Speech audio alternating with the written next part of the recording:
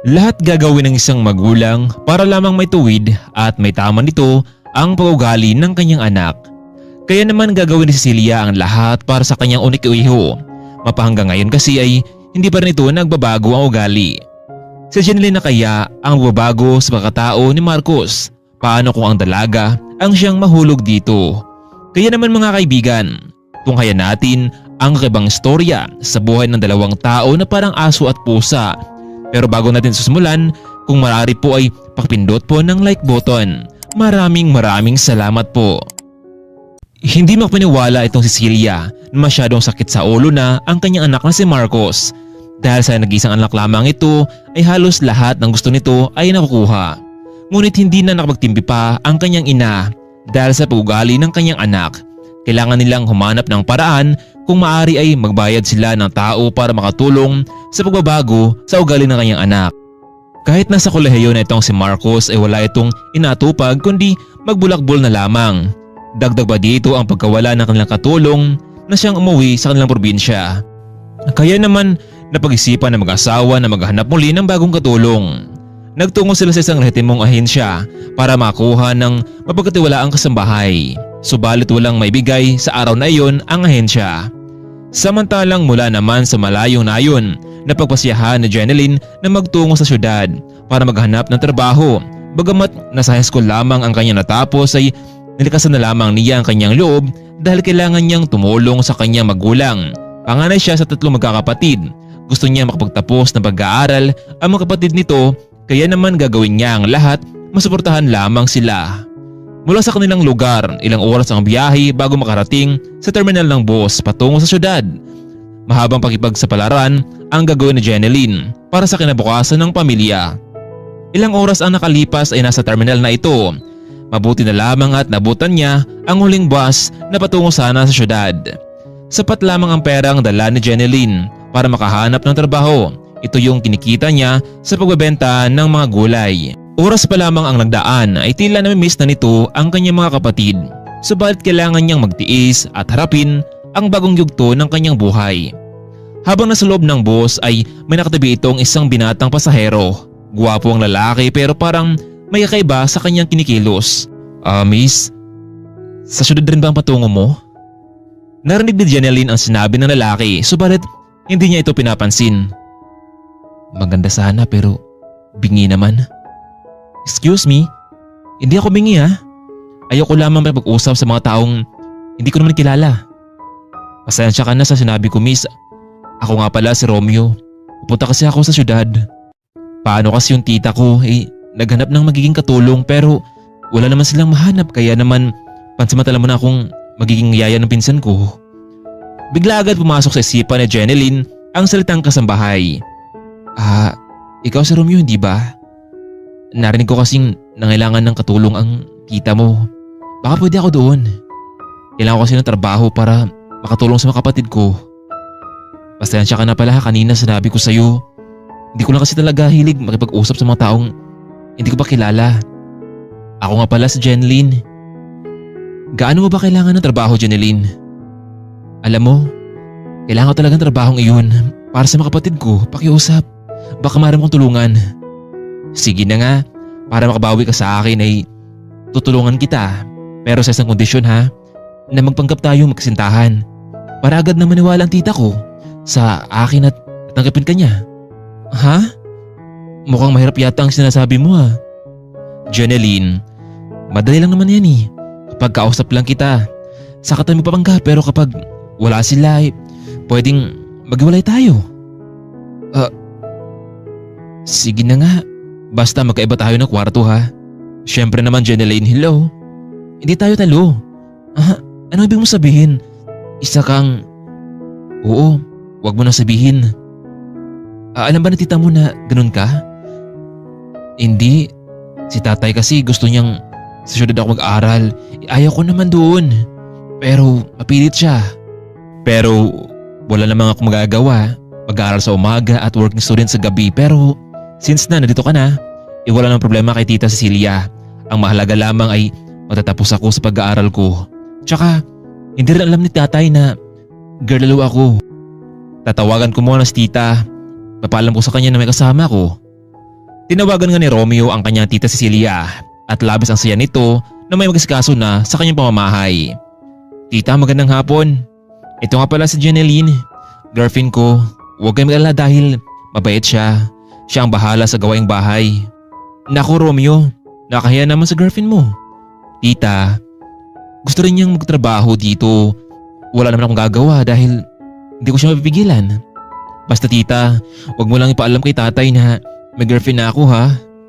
Kinahaponan habang kumakain ng tatlo, dumating naman si Marcos mula sa isang party ng kaibigan.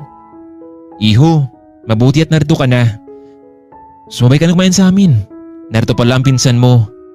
Ma'am, tapos na akong kumain. Anong ginagawa ni Romeo dito? Sino yung babaeng kasama niya? Marcos, siya nga pala si Jeneline, ang girlfriend ni Romeo. So, ano ang ginagawa nila dito sa bahay natin? Mamating ba sila with someone investors?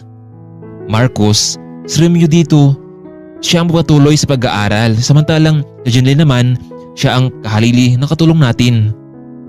Ma'am, it's up to you. Sige, I need to rest now dahil may pasok pa ako bukas. Naku Romeo, Jeneline, pagpasensya nyo na, ito si Marcos ha. Palibhasa kasi ay na-spoil ito ng tatay niya. Kaya lumaking parang walang disiplina sa sarili. Hindi naman ako nagkulang sa kanya. Ewan ko ba? Alam niyo kasi matapos siyang iniwan ng kanyang girlfriend noon, malapit na sana silang ikasal pero umatras ang babae. Tita, naunawan ko po ang sitwasyon ni Marcos. Hayaan niyo. Magbubutihan po namin ang lahat. Sikapin naming magiging magkasundo kami. Araw-araw maagang gumigising itong si Jeneline para tumulong sa gawaing bahay. Alam niyang mababang uri lamang itong trabaho pero gagawin niya ang lahat para sa kanyang kapatid at ina. Maagang nagtungo si Jeneline sa hardin para diligan ang mga halaman. Subalit laking gulat niya dahil nasa kanyang harapan ngayon si Marcos. Nakasuot ito ng isang sexing kasuotan na nababagay sa pagja-jogging nito. Nakatulala lamang itong si Jeneline habang pinagmamasdan ng binata pero agad naman itong binawi sa ibang direksyon ang kanyang paningin. Hey, may dumi ba sa pagmumukha ko? Wala naman Marcos. Anong wala? Baka sabihin mong nagapuhan ka sa akin. Hindi ba? May boyfriend ka na si Romeo kaya matuto kang lumugar. Pagkatapos mo dyan, tumulong ka sa gawaing bahay. Total dalawa pala kayo dito ni Romeo dito sa mansyon. Matapos mag-jogging ni Marcos, hindi na ito kumain ng agahan bagkus dumiretso na ito sa kanyang opisina. Nagmadali itong pumasok dahil makipag-meeting ito sa kanyang mga investors. Marcos, talaga bang trabaho ang ginutupag mo?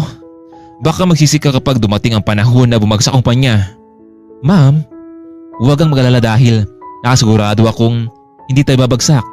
Marcos, graduhin mo lamang dahil pinagkatiwala ko sa iyo ang kumpanyang ito. Iayusin mo ang pamamalakad. Pagkarating sa opisina, laking gulat ni Marcos dahil wala roon ang kanyang sekretary na palaging kasama nito sa kanyang meeting. Kaya naman tumawag ito sa kanyang ina para ipalam dito ang nangyari. Ma'am, I have something to tell you. Hindi pumasok sa opisina ang sekretary ko. Nasa kanya lahat na mga schedule ko sa mga investors. Marcos, sinasabi ko na nga ba sa iyo hindi ba? Dahil kasi sa kababayaan mo, kayo mantin sa ganito. Kailangan mo maghanap ng bagong sekretary. Ma'am, sino? Wala akong kilala. Marcos, may kilala ko. Talaga ma'am, sige. Puntahin mo dito. Labis ang kanyang pasalamat dahil may nahanap na itong magiging bagong sekretary at labis niya itong ikinatuwa ni Marcos. Hindi siya mapakali na gusto niya makita at makilala ang bago nitong sekretary. Samantalang kinausap naman ni Cecilia itong si Jeneline na kung maaari ay magtungo ito sa opisina ni Marcos para samahan ito sa kumpanya bilang isang sekretary. Agad naman itong tinanggihan ng dalaga dahil wala naman siyang sapat na kaalaman at experience pagdating sa pagiging sekretarya. Jeneline, hindi ba trabaho ang hanap mo dito? Well, ito ang malaking oportunidad para sa iyo. Huwag kang alala dahil tinawagan ko na si Marcos. Hinatid ng kanilang driver itong si Jeneline sa opisina. Samantalang naiwan naman itong si Romeo sa mansyon. Ilang minuto lamang nakalipas, nakarating na sila sa kumpanya. Nakasuot itong si Jeneline ng isang formal na kasuotan. Nang ibabaw dito ang kanyang taglay na ganda. Pagpasok pa lamang sa labi ng gusali, halos karamihan sa mga lalakihan ay sa kanya nakatuon ng pansin. Hindi nila alam kung sino at ano ang kanyang applyan. Magandang araw, miss. Anong may paglingkod namin sa'yo? Saad ng isang babaeng receptionist. Nasaan dito pala yung opisina ni Mr. Marcos Laurel? Pinapapunta kasi ako ng ma'am niya dito eh. Miss, nasa 5th floor po ang office ni Mr. Laurel. Mag-apply ka ba ng trabaho sa kanila? Nako miss, maswerte ka kung abot ka ng isang buwan. Sa ugali pa lamang ng lalaki ngayon. Ewan ko na lamang. Alam mo, maraming na-hire siya pero hindi tumatagal. Alam mo miss, sa kumpanya namin, nag-hire din kami. Naku ma'am, maraming salamat sa offer niyo pero masaya ako dahil marami palang oportunidad dito sa syudad. Pero ito kasi ang una kong magiging trabaho. Hayaan niyo kapag may papakataon, malay natin. Sige po ma'am, alis na ho ako. Ikaw ang bahala miss, good luck na lang sa'yo. Sumakay itong si Jeneline sa may elevator at dahil first time niya sumakay dito ay medyo kinakabahan siya hanggang sa nakarating na sa may 5th floor. Pumatok ito sa pinto na may halong kaba. Come in. Pagbukas ni Jeneline sa pinto ay naroon nga ito si Marcos sa kanyang mesa. Abala ito at tila may nahanap ng mga dokumento. Sir, magandang araw po. Pinapapunta po ako ni Ma'am Cecilia dito. Biglang nagulat si Marcos dahil ang tinutukoy pala ng kanyang ina si Jeneline ang magiging sekretary sa kanya. Anong ginagawa mo dito sa kumpanya? Sir, ito po kasi ang sabi ni Ma'am Cecilia. Nahibang ka na ba Jeneline? Hindi ba katulong ka lamang? Hindi ba katulong ina-applyan mo sa syudad at ngayon gusto mong maging kabilang dito sa kumpanya ko? Sir, hindi ko naman po ito kagustuhan eh. Ang mami niyo po ang napapunta sa akin dito. Sige, diyan ka lang mo po. Tatawagan ko si mami. Hindi nasanay Jeneline na ganun pala ang ugali ni Marcos sa mga taong mababa lamang ang pinag-aralan. Kaya naman ay pagsamantala umupo muna ito habang kinakausap ng lalaki ang kanyang ina. Ma'am, ano to? Ang sabi ko kailangan ko ng bagong sekretary. Hindi katulong sa opisina ko. Ma'am, wala naman siya matutulong sa akin dito. Please, huwag ang babayang ito. Nababagay lamang siya sa bahay. Kaya nga Marcos, siya ang papasok ko bilang sekretary mo. Turuan mo si Jeneline sa lahat ng gawain sa opisina. Kaysa naman kukuha tayo ng totoong sekretary. Malamang hindi rin sila magtatagal dahil na rin sa pag-ugali mo. Ngayon kung ayaw mo sa kanya, kung ayaw mo siyang maging empleyado ay maghanap ka. Pero ma'am, Marcos, walang pero-pero. Sa tingin ko naman matalino si Jeneline. Nakasigurado akong madali siyang matuto. Sige ma'am, subukan ko siyang turuan. Jeneline, halika dito. Pumasok ka sa loob. Pagbibigyan kita pero sa oras na nagkamali ka sa una at sa ikalawang pagkakataon, tatanggalin kita sa trabaho mo. For the meantime, gagawin kitang sekretary ko. Lahat na ipapagawa ko sa iyo, lalo na sa loob ng opisina ko, kailangan mong maibigay sa akin sa tamang oras. Narito ang mga schedules ko sa mga meeting sa iba't ibang investors ko. Alam mo, gusto ko kapag oras ng trabaho, trabaho lamang ang tupagin mo. Huwag kang magbagmintuhan sa mga ibang empleyado. Heto, kailangan mong basahin at ipafamiliarize ang mga dapat mong gawin. Tinanggap na Jeneline ang mga paperworks, inayos niya ang mga ito. Pero hindi niya alam kung saan siya magsimula. Mabuti na lang kahit papaano ay may idea siya pagdating sa mga paperworks. Naging abala si Jeneline sa pag-ayos ng mga gamit. Hindi niya namalayan na mag-lunch break na pala. Wala nang ilang mga empleyado, sila na lamang naiwan sa office. Jeneline, anong oras na? Wala ka bang balak na bilan ako ng pagkain? Kasama yan sa mga responsibilidad mo dito. Sir, pasensya na ho, naging abala po kasi ako eh. Sige po, bababa muna ako para umorder ng pagkain. Habang nakasakay ito sa elevator ay nakasabayan naman niya ang isang babae. So miss, ikaw na ba ang pumalit sa akin bilang sekretary Mr. Laurel? Alam mo maganda sana ang kumpanya pero yung taong nagmamalakad dito ay halos hindi makain ang kanya paugali. Sana magtagal ka sa pwesto mo. Anyway, chicken curry nga pala at brewed coffee ang gusto ni Mr. Laurel. Baka masayang lamang ang binili mo at dapat na sa tamang oras ang kanya pagkain ng lunch break, kundi lahat ng nabili mo ay kakainin mo. Nakarating na nga sila sa may first floor. Dumiretso naman si Jeneline sa isang restaurant para umorder. Samantalang palabas naman ng gusali ang babaeng kausap nito kanina. Matapos bumili ng pagkain, muli siyang sumakay patungo sa 5th floor. Habang nasa loob ng elevator, napansin niya ang operator na ito na tila hindi maganda ang kalagayan. Kuya, ayos ka lang ba? Parang hindi yata maganda ang pakiramdam mo ngayon. Tama po kayo ma'am. May sakit kasi ang kapatid ko pero ayaw naman pumayag ni Mr. Laurel na mag-leave muna ako ng ilang araw. Alam niyo, Dalawa lang kasi kami magkapatid at sino pa ba ang matutulungan? Yung kausap nyo kanina, siya nga pala ang dating sekretary ni Mr. Laurel pero mukhang nilayasan siya rito. At sa kanilang pag-uusap sa hindi inaasahan ay bigla na lamang tumigil ang elevator dahil nawalan ng kuryente. Kaya naman ito ang naging dahilan para ma-stuck sila sa loob ng elevator. Samantalang naghintay naman itong si Marcos sa kanyang opisina para kumain sana pero bigla ring dumilim ang paligid. Hinanap niya si Jeneline dahil matagal itong nakabalik mula noong bumili ng pagkain. Ngunit ang hindi alam ni Marcos ay natrap pala ito sa loob ng elevator. Galit na galit ang lalaki dahil sa gutom na ito pero hanggang ngayon ay wala pa rin si Jeneline. Ilang minuto lamang nakalipas, muling bumalik ang kuryente kaya naman nakalabas mula sa loob ng elevator ang dalaga. Naku sige kuya, alis na ako baka nagalit sa akin si boss. Sige ma'am, kung may kailangan kayo ay narito lamang ako sa elevator. Maraming salamat kuya. Oh, Jeneline, bakit ngayon ka lang? Anong oras na? Malapit na ang mag-alauna. Alam mo bang may meeting pa ako? Hindi bang sabi ko sa'yo before 1 PM ay tapos na akong kumain? Bakit ang tagal mo? Sir, pasensya na ho, bigla kasing nawalan ng kuryente. Jeneline, may isa pang option naman di ba? Yung hagdan. Anong sasay nito? Sir, nasa loob po kasi ako ng elevator. Hay nako, bakit kasi ikaw pa kasi ang pinadala ni ma'am sa akin? Ang sakit ng ulo. Sige na, akin ang pagkain at lumabas ka na. Tatawagan na lamang kita kapag may kailangan ako sa'yo. Nagtungo itong si Jeneline sa kanyang table at kumain na rin. Maya-maya pa may tumawag sa kanyang phone. Ito ang kanyang kapatid na mula sa probinsya. Oh Jolie, napatawag ka? Ate, pwede ka bang umuwi ngayon? Si nanay. Bakit Jolie? Ano nangyari sa kanya? Ate, si nanay ayaw kumain. Gusto ko siyang dalhin sa ospital pero ayaw niyang pumayag. Jolie, ilang buwan pa lamang ako dito sa trabaho ko. Baka hindi pumayag sa akin ng boss ko. Ate, sino bang mahalaga sa'yo? Si nanay o yung trabaho mo? Sige Jolie, susubukan ko magpaalam sa kanya. Matapos na kanilang pag-uusap, kumatok sa office ni Marcos itong si Jeneline. Sir? O bakit? Hindi bang sabi ko sa'yo tatawagan kita kapag may kailangan ako sa'yo? Sir, magpapaalam sana ako sa inyo eh. May sakit kasi ang nanay ko at kailangan niya ako doon. Jeneline, narito ka pa ngayon sa office ko. Natatrabaho ka pa. Tapos sabihin mong pwede kang magpaalam sa akin? Alam mo, ganyan din ang alibay sa akin ng sekretary ko. Sabi mo sa akin kung ayaw mo na sa kumpanya. Ayaw mo na sa pagmamalakad ko? Mag-resign ka na. Pero sir, hindi naman po sa ganun eh. May sakit talaga ang nanay ko. Hindi kita papayagan. Pero kung magpupumilit ka, it's up to you.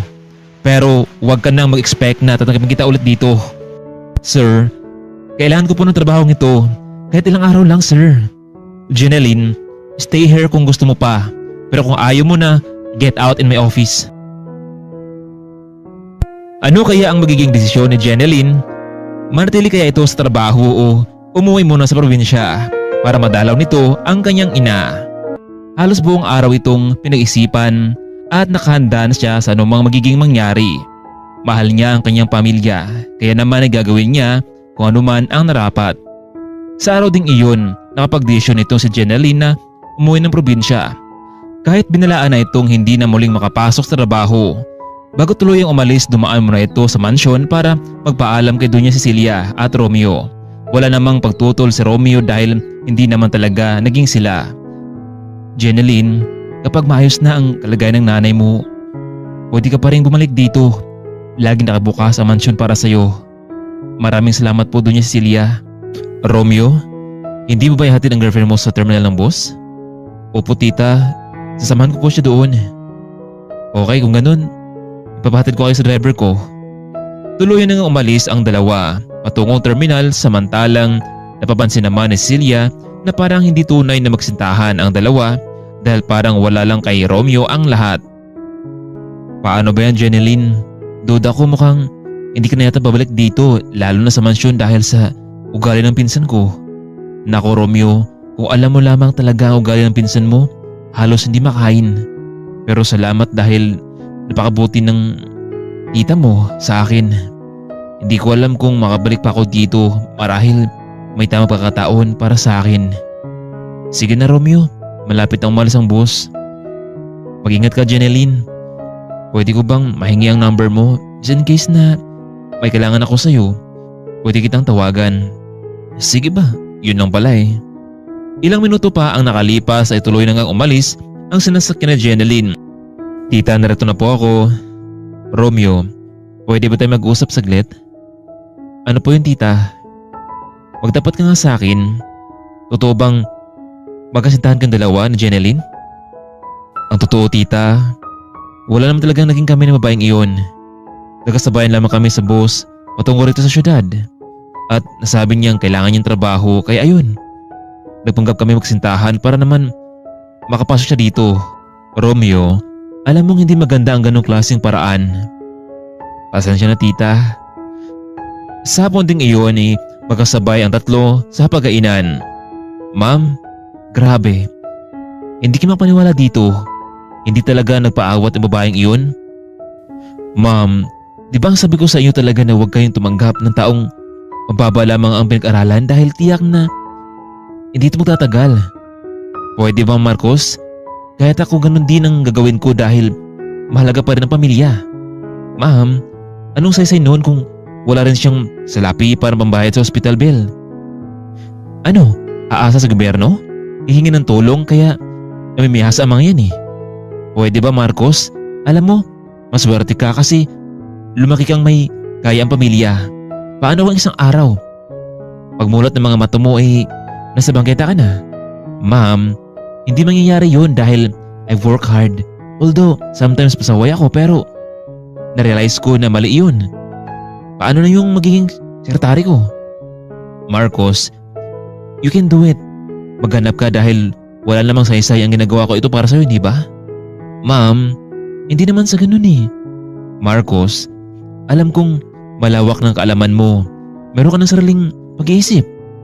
Kaya ako nga pinagkatiwala sa iyo ang kumpanya. Matanda na rin kami. Matanda na ako. And one of these days, baka wala na rin ako. Kaya masutulong mo na ng kumpanya. Ma'am, huwag ka namang magsalita ng ganyan. See?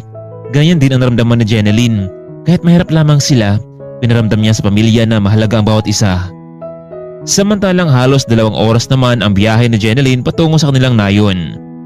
Nay, Jolie, narito na ako. Labis ang pag-alala ni Jeneline sa kanyang ina, kaya naman dumiretso na ito sa kanyang maliit na silid kung saan naroroon ang ina nito. Ate, mabuti naman at hindi mo kami binigo. Jolie, akala ko ba may sakit si nanay? Kaya nga ako nandito eh. Pero ano itong ginagawa niyo? Parang ang saya niyo pa yata ngayon ha. Mukhang wala naman siyang sakit. Jolie, ano to? Magsabi ka ng totoo. Alam niyo bang iniwan ko ang trabaho para lang sa inyo? Jeneline, anak. Ginawa ko yun dahil may malaga tayong mag-uusapan. Pinatapat ko na kay Julie ang lahat. Ang totoo. Nay, anong totoo? Alam mo kahapon, may dumalaw sa amin dito ni Jolie. Hinahanap ka. Nay, ano ang hinahanap? Wala naman akong maling nagawa. Makinig ka, Jeneline. Bago pa kami nagkakilala ang tatay mo, Lucas, ang sabi niya, may nakita siyang isang sanggol na umiiyak sa gilid ng basurahan. Nawa si Lucas kaya naman minabuti niyang sagipin ng sanggol. Sa araw na iyon, sinagot ko rin siya. Pero pumirit siya sa akin kung maaari ay kami dalawa ang magpapalaki sa batang iyon. Nay, sabihin niyo sa akin na totoo. Ako ba ang batang tinutukoy niyo? Nay, hindi niyo pala ako tunay na anak at hindi ko rin kapatid si Jolie? Jeneline, hindi na namin sinabi sa iyo ang totoo kasi wala namang naghanap sa iyo noong panahong iyon. At saka, napamahal ka na rin sa amin ng tatay mo. Nay, bakit ngayon niyo lang sinabi sa akin to? Pasensya ka na anak. Ayaw kasi naming mawalay sa iyo dahil mahal na mahal ka namin eh. Nasaan na ba yung mga taong gustong makipagkita sa akin? Jeneline, bukas babalik ang mag-asawang iyon at gusto kanya makita. Nay, paano kung gusto nila akong kunin at dalhin sa kanila? Anak, nasa iyo naman ang desisyon eh. Kung saan ka masaya, masaya na rin kami ni Jolie. May iniwan pala dito silang pagkain. Mukhang masarap ito anak. Sige Nay, kayo na lamang muna kumain. Magbihis mo na ako. Habang nasa isang silid itong si Jeneline, hindi niya alam kung totoo ba ito o isang panaginip lamang hanggang sa tuloy na itong nakatulog dahil na rin sa kapaguran. Ate, gumising ka na. Umaga na. Ang sarap talaga ng tulog mo kagabi kaya hindi na kita ginising pa. Alam mo ate, nasa labas na ngayon yung mga taong gustong makipagkita sa'yo. Sige Jolie, maghilamos muna ako. Paglabas na Jeneline sa munti nilang bahay, agad niyang nasilayan ang isang magandang sasakyan at dalawang matandang mag-asawa ang nakatingin sa kanya. Ikaw na ba si Jeneline? Kumusta ka na anak? Matagal ka na naming hinahanap ng mami mo. Ako nga pala si Harold, ang daddy mo. Siya naman si Melanie, ang mami mo. Alam mo, nilibutan namin ang buong nayon para makita ka pero nabigo kami. Kayo po ang mga magulang ko. Paano po ako napalayo sa inyo? Jeneline, bago naging kami ng mami mo, meron akong naging girlfriend pero hindi ko siya mahal dahil ang mami mo ang totoong mahal. Kaya noong kinasal kami ng mami mo at nagbunga ang pagmamahala namin, hindi namin naasahan na naroon pala ang babaeng iyon sa ospital. At simula sa araw na iyon, hindi ka na namin nakita pa dahil kinuha ka niya mula sa amin ng mami mo. Hanggang sa nabaltaan na lang namin na pumanaw ito dahil sa isang aksidente. Kaya mula noon, hindi ka na namin nakita pa. Paano po natin mapatunayan kung ako ba talaga anak ninyo? Alam mo Jeneline, para maksigurado tayo, pwede tayo magpa-DNA test. At nang malaman natin ito, wala silang sinayang na oras. Sa araw ding iyon, nagkaroon sila ng DNA test at naging positibo nga ang resulta. Wala nang nagawa pa si Jeneline kundi tanggapin ang katotohanan. Pero paano po ang nanay at kapatid ko? Jeneline, huwag kang mag-alala dahil kami na ang bahala sa kanila.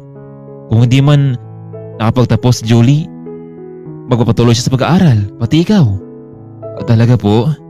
Oo anak, kailangan mong mag-aaral dahil walang ibang magmamana sa mga napuntar namin ng mama mo.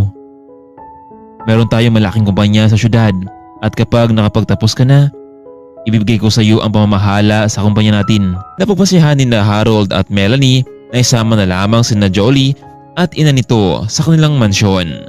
Malaki at malawak ang mansyon, hindi sila makapaniwala, parang isang panaginip lamang ang lahat.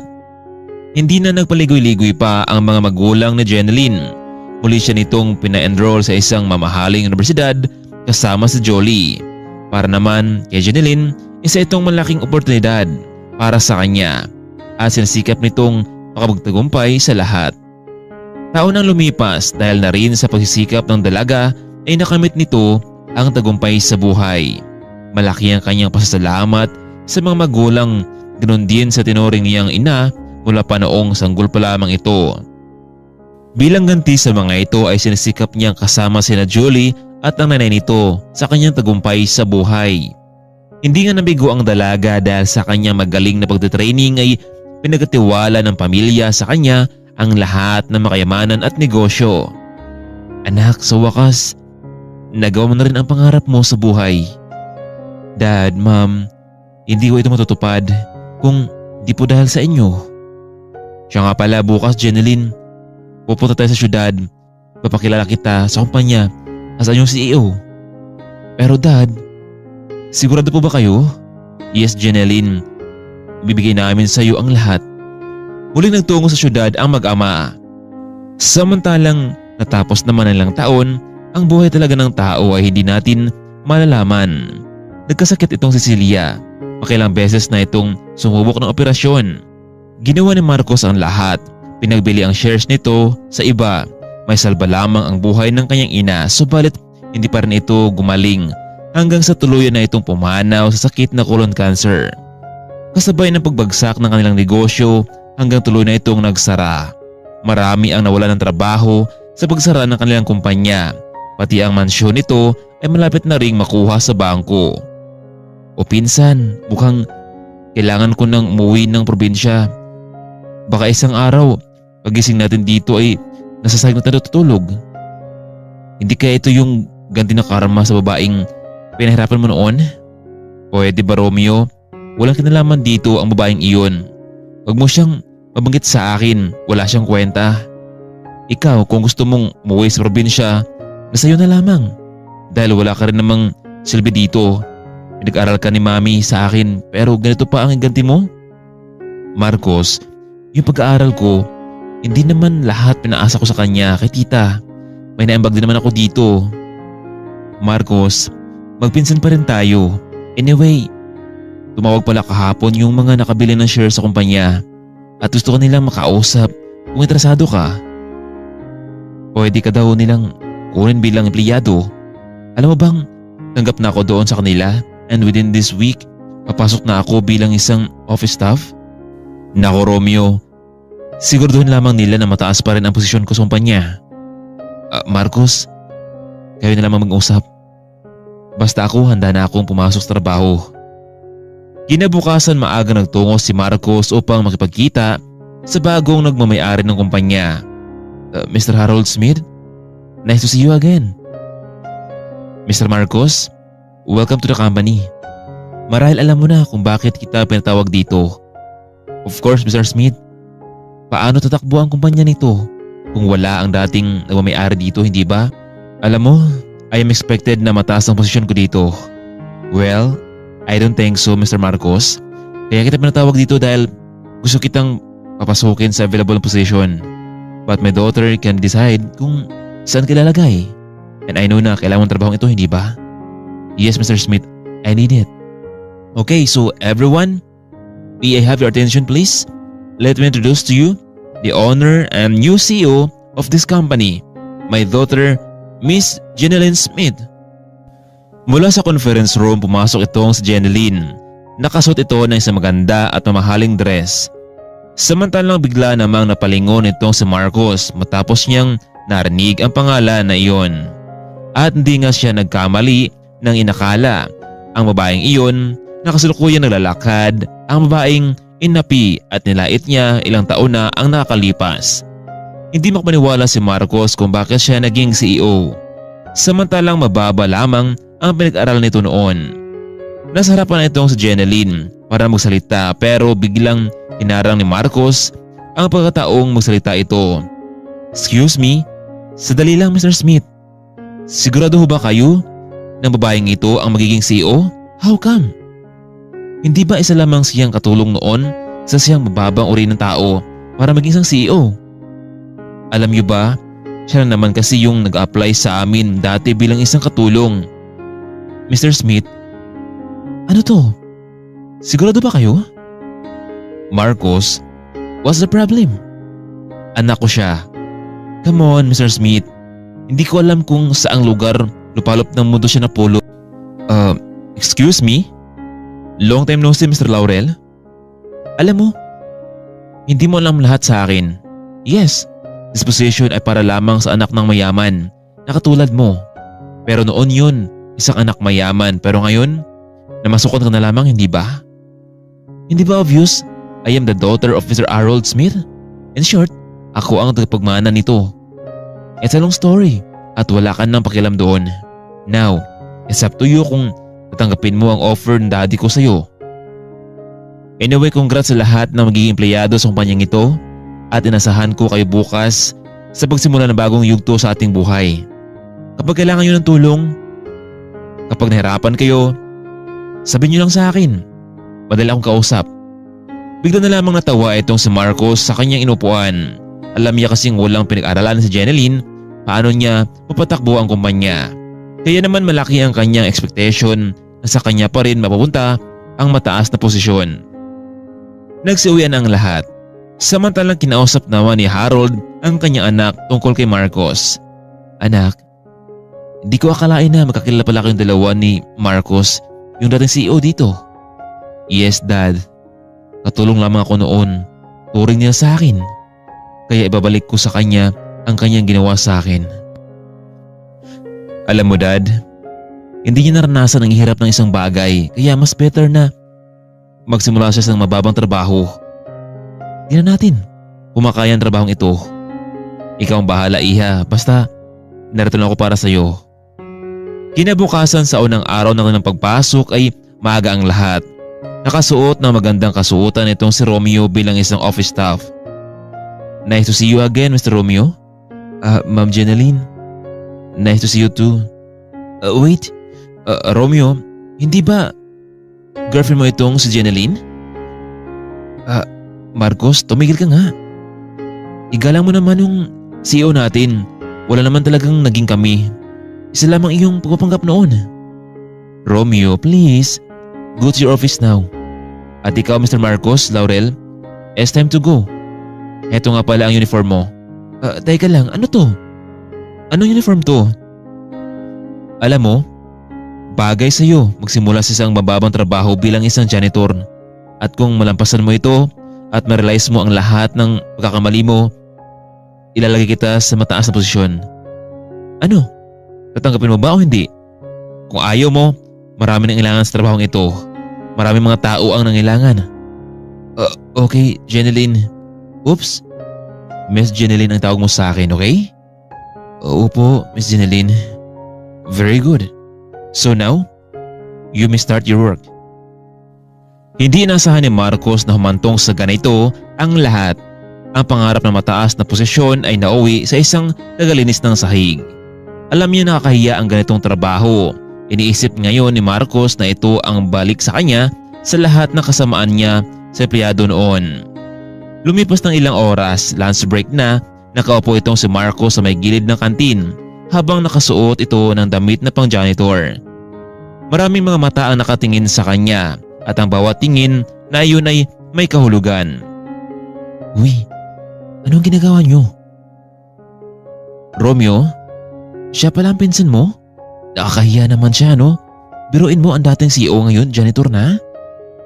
Ano ngayon kung janitor ng pinsan ko? At least, marangal na trabaho. Magsilayas nga kayo dito.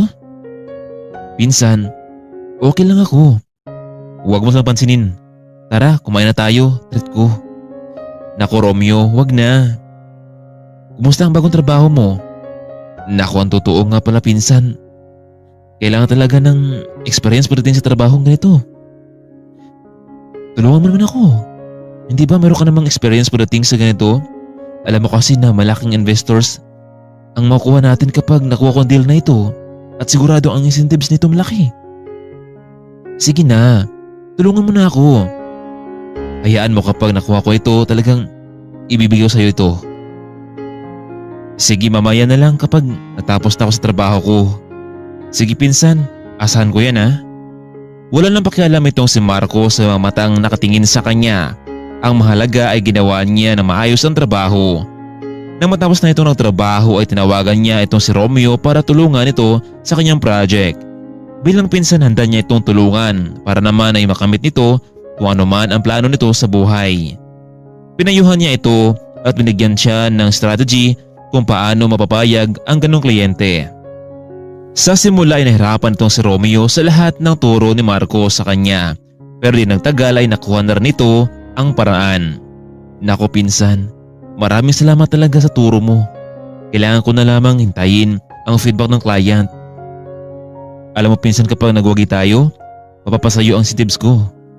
Nako Romeo, kung sakali lang no, hindi naman para sa akin yun eh.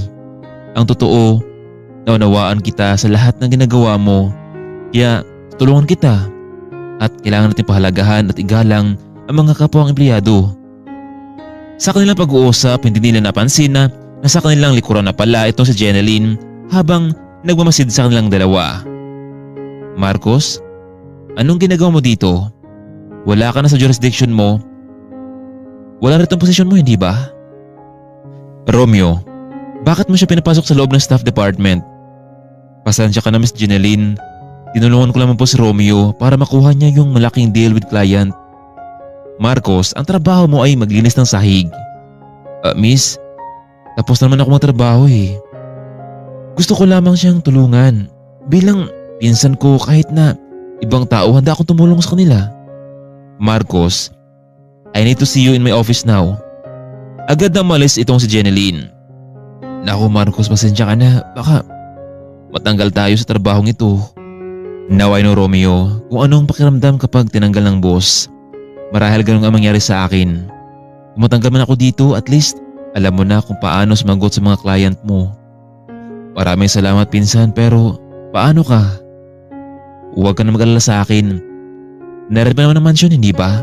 Kapag nabenta ko na yun, mababayaran ko rin ang mga utang ko at marahil magtayo ako ng maliit na negosyo. Hindi ba sa maliit naman nagsimula ang lahat? Wow pinsan, ikaw ba yan? Parang namalikmata yata ako ah. Yes Romeo, I've learned a lot. Siguro kung maganda lang sana ang pamalakad ko noon, marahil hanggang ngayon nakatayo pa ang napundar ni Mami. Sige, pupunta muna ako sa office ng CEO. Sige Marcos, good luck. Nagtungo na itong si Marcos sa office ng boss. Come in. Miss Jeneline, Mr. Harold, narito na po ako. Marcos, alam mo, unang araw pa lamang sa pagpasok dito, ganyan na agad ang pinapakita mo? Alam mo ba ang parusa sa mga taong ganyan nang alam ng trabaho hindi sa kanya? Pasensya na po Miss Jeneline, Mr. Harold. Nais ko lamang kasing tulungan ng pinsan kong si Romeo na makuha yung isang malaking client deal nito. And as of now, naghintay na lamang siya ng response mula sa kanila. Sige na Mr. Marcos, sa susunod, huwag ka na makialam na hindi mo trabaho. You may go now. Iniisip ng binata na baka matanggal ito sa trabaho. Mabuti na lamang at hindi natuloy ang ganong pangyayari. Kinhapon na nasa labas ng opisina itong si Marcos habang hinihintay nito ang pinsan. Samantalang nakita naman ni Jeneline ang binata na nakaupo sa may gilid habang nakasakay ang dalaga sa kanyang bagong sasakyang regalo ni Mr. Harold sa kanya. So Iha, what do you think about Mr. Marcos? Kailangan natin siya dito sa loob ng kumpanya. Alam mo Iha, as much as possible ay makuha natin siya. Baka umalis siya dito. Dad, nakapag-desisyon na ako. Tama ka. Siguro nga kailangan ko nang kalimutan yung mga masamang nangyari sa akin noon. Kailangan ko nang mag-move on. Sige Dad, kakausapin ko siya ngayon. Sige Iha. Bumaba ng sasakyan itong si Jeneline. Nilapitan niya ito para kausapin. Excuse me Marcos? Bakit po Miss Jeneline? Matatanggal na ba ako dito sa trabaho? Pasensya na kayo pero kung ganun po ang desisyon nyo, wala po akong magagawa. No Marcos, ang totoo, nilapitan kita dito kasi gusto kong sumama ka sa aming team. Alam kong malawak ang kaalaman mo, yung experience mo, makatulong ka sa amin at makatulong kami sa iyo. Siya nga pala, humingi din ako sa iyo ng pamanhin sa mga naging asal ko sa iyo. Talaga Miss Jeneline? Marcos, from now on, tawagin mo na akong Jeneline. Ano? Pumapayag ka ba sa offer namin? Nako Jeneline, maraming salamat. Masaya ako sa naging offer niyo. Pasensya na rin ha sa lahat ng nangyari sa atin, sa lahat na nagawa ko sa iyo noon. Siguro nga mali ako at aminin ko yun. Well Marcos, kalimutan natin ang lahat. Magtulungan tayo. Sige Jeneline, narito naman pala si Romeo. Aalis na kami. Gusto mo, ihatid na kita. Naku, maraming salamat. Nakakaya sa inyo. Ikaw ang bahala Marcos. So, see you tomorrow? Umalis na ito si Jeneline habang nakasakay sa sasakyan. O pinsan, anong balita? Kumusta naman ang pag-uusap niyo sa management kanina? Tanggal ka na ba? Ako kasi yung dahilan, di ba? Romeo, alam mo, kailangan din magsaya. Kasi kinausap ako ni Jeneline, gusto niyang makasama ako sa team. Wow bro, congrats! Sa wakas. O Romeo, at kailangan ko nang ayusin ito. Sa mga nakalipas na mga araw ay naging maganda ang performance ng kumpanya. Malaki ang pasalamat nila sa bawat isa. Sa ngayon ay nagkasundo na sina Jeneline at Marcos at kailangan nilang mag-focus at magtulungan sa trabaho. Alam ni Marcos na hindi na may babalik pa ang dating buhay na meron siya noon. Napagtanto ni Marcos na ang buhay ng tao minsan ay hindi palaging nasa itaas. At kung ano man ang naging kalagayan sa buhay ay matutong gumalang at rumespeto. Mga kaibigan, nagustuhan niyo ba ang ating kwento? Kung ganon, pwede bang pakipindot ng like button? Maraming salamat po sa walang sawang pagsubaybay sa ating channel. Hanggang dito na lamang muna. Abangan pa po natin ang kwentong pag-ibig at inspirasyon sa ating buhay. Maraming salamat at paalam.